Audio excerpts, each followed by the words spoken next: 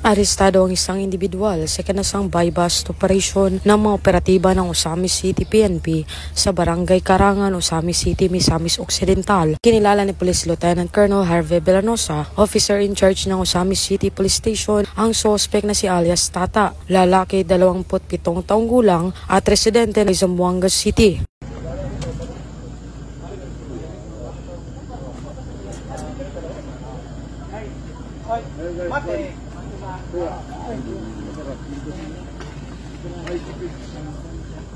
Sa ikinasang drug buy-bust operation ng mga operatiba ng Osamis City Police Station ay nasamsama ang mga pakete ng hinihinalang shabu at isang 500 peso bill na ginamit bilang buy-bust money at iba pang mga non-drug items.